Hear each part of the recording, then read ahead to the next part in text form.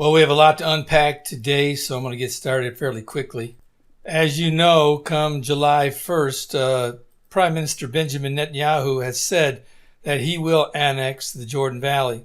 Of course, that's brought a lot of opposition from all sides. The European Union has threatened to downgrade their ties with Israel if they end up doing that. I don't believe that's going to happen. As you know, the Palestinian Authority has cut off all talks with both Israel and the United States. At least that's what they've said. The modern Arab world, including Jordan and now Saudi Arabia, because the reason I mentioned Saudi Arabia is because the Palestinian Authority just came out and thanked Saudi Arabia because they have in some way condemned the annexation that Mr. Netanyahu plans to do in a couple weeks. Now, frankly, I see it as a public rebuke of Israel, but in secret, I don't see it being that big of a deal. And again, you saw that when Jerusalem became Israel's eternal capital in the eyes of the United States, where they moved their embassy from Tel Aviv to Jerusalem. And you saw it at the same time with the move of the United States to recognize the Golan Heights as property of Israel's. So all these out loud show of support really don't mean anything today. I mean, you don't see the Trump administration coming out here and putting too much time and effort and worry into trying to stop Netanyahu from actually annexing the Jordan Valley. But now there are rumors that the Prime Minister is not necessarily going to annex the whole Jordan Valley.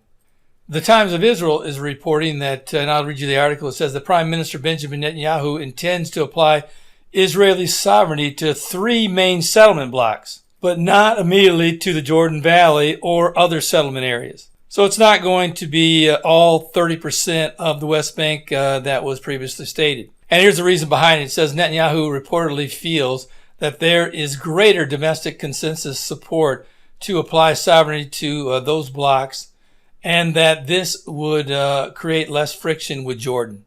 And that's probably true with the European Union and a couple others. But the situation still exists that Israel is actually going to be taking a portion of the West Bank come July 1st. And all indications at this time say that that's going to happen.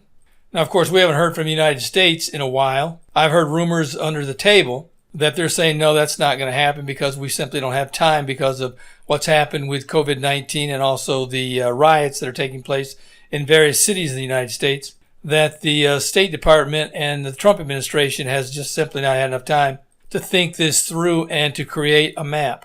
But we'll have to wait and see if that actually comes true. But right now, all indications are pointing toward an actual July 1st annexation of those 3 settlement blocks. And that doesn't mean that the other portions of the Jordan Valley aren't going to be annexed at a later date coming soon. And as a result of this annexation move, even though the Palestinians say that they're not talking to the U.S. or Israel, and it's forbidden that any PA official talk to them, that's not been the case.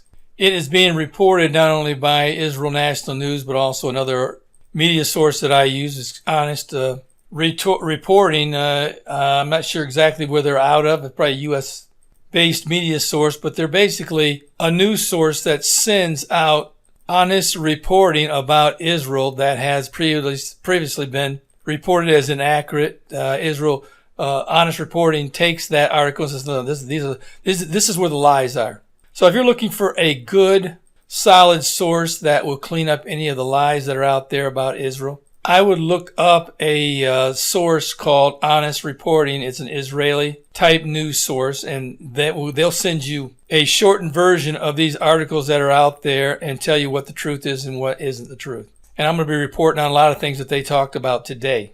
But anyway, here's the report I was going to tell you about. Because of this annexation, or should I say the threat of an annexation, the PA has sent the quartet.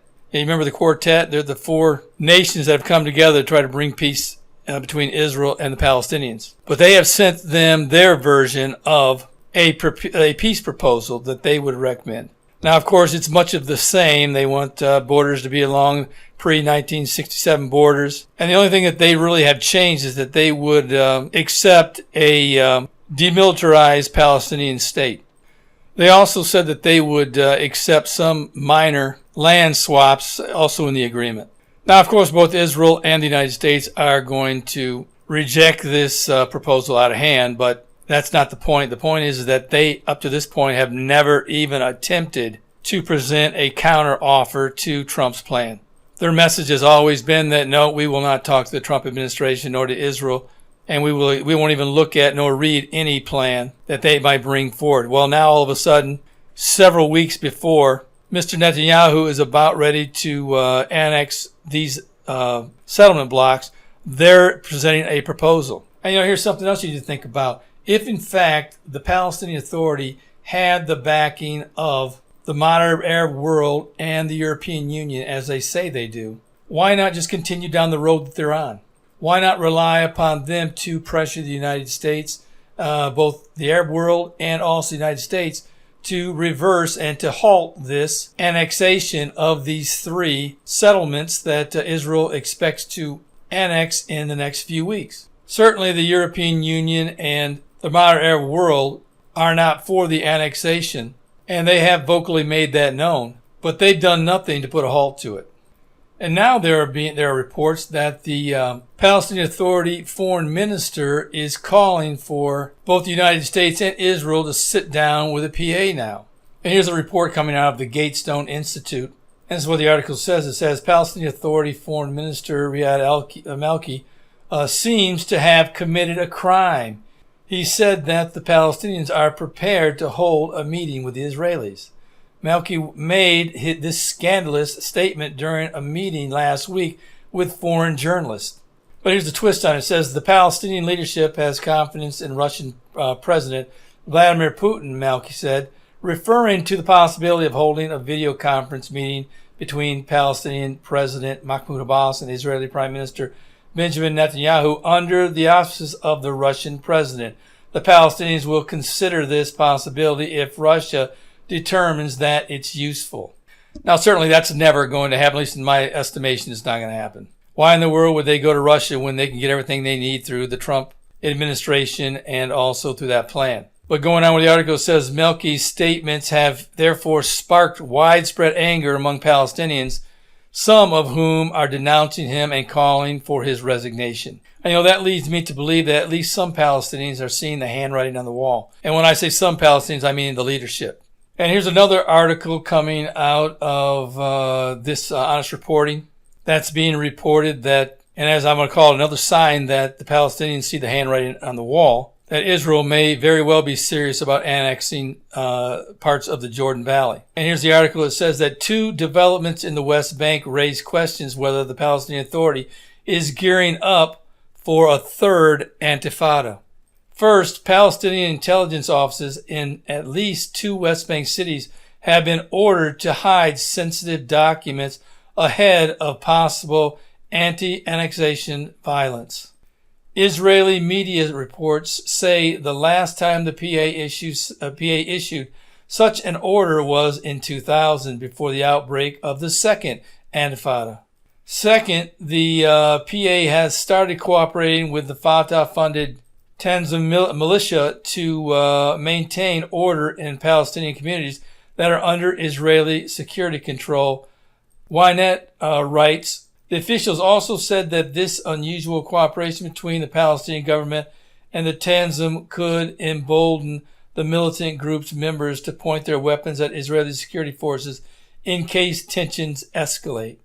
And lastly, here's something that, again, I thought I'd never see in my lifetime, and that is the United Arab Emirates national airline flew directly to Israel's Ben Gurion Airport with another shipment of medical aid for the Palestinians. Of course, last month they sent their first shipment. Well, here's their second shipment. So a longtime enemy of Israel is now making direct flights right into Israel. So that kind of tells you where this peace plan is heading. In the past, the United Arab Emirates would have been right there with the rest of the modern Arab world, ready to attack and kill any Israeli who dared talk of a peace with the Palestinians that did not give all of the West Bank in its entirety to the Palestinians as their state.